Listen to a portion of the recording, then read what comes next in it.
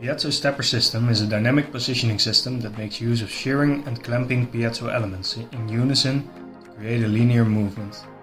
Accurate positioning is realized with the movement of its clamping and shearing elements in opposing phase, shown in this visualization. The output of this particular piezo system is non-monotonic. This means that the system has to be driven open loop, as closed loop applications are inherently unstable. It is thus the challenge to increase the system performance by creating a monotonic output of the signal, while at the same time increasing reference tracking capabilities. A certain method to achieve this is to synthesize a feedforward signal based on the error of previous steps in an Iterative Learning Control scheme, or ILC for short. The following lifted ILC update scheme can be implemented, where J is the impulse response function of length n for one step in the alpha domain.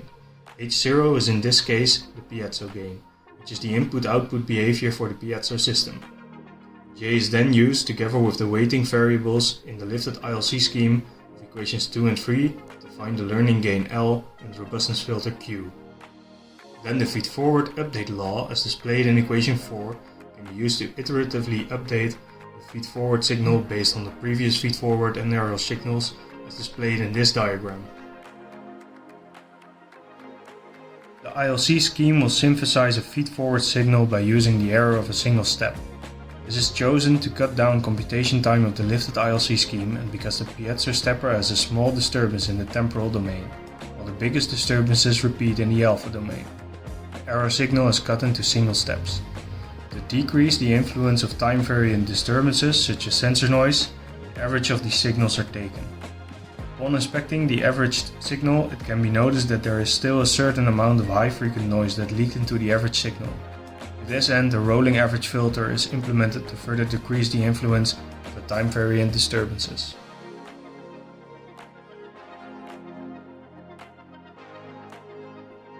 The averaged error can then be used in the previously discussed ILC scheme to synthesize a single feedforward signal. To implement the feedforward signal on the shears, Fj has to be split up into two separate signals. The signals have to satisfy the following relations for their slopes. Otherwise, shear strain would be induced in the mover. Note that the slope is not defined in the reset area of the shearing elements, or they do not interact with the mover. These regions can thus be used to compensate the increased input voltage that the feedforward signal dictates. In this way, the shearing elements can be ensured to have the same input on alpha S0 and alpha S2 pi. Upon starting the system, it starts with the shearing elements at 0 volts, while the step in alpha domain starts at the intersection of the clamping elements.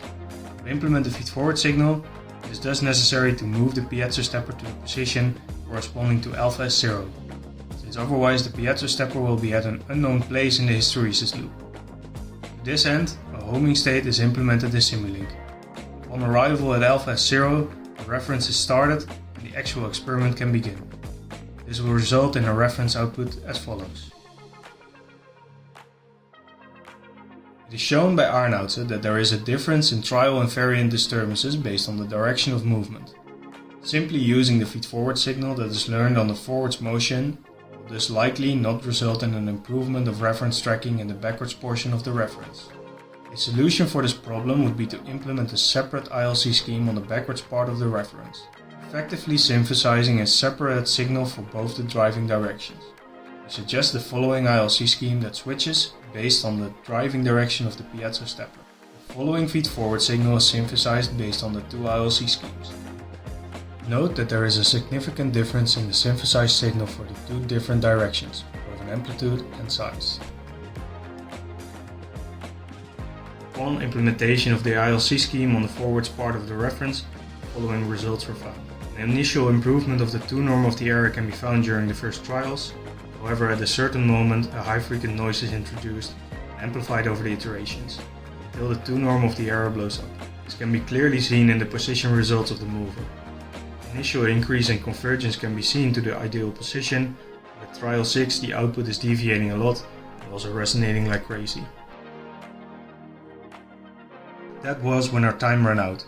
We expect that this effect is introduced by a miscalculation in the step from switching from the homing state to the reference following state, effectively leading to injecting the feedforward signal on the wrong part of the step in alpha domain. In conclusion, a framework for improving reference tracking capabilities of the Piezo stepper was postulated and tested. There were some problems with implementing the framework. Future work would include correcting the implementation of the homing step and injecting the feedforward signal on the right part of the step. ILC has shown an improvement in a single direction. A framework for the second direction can be added and tested.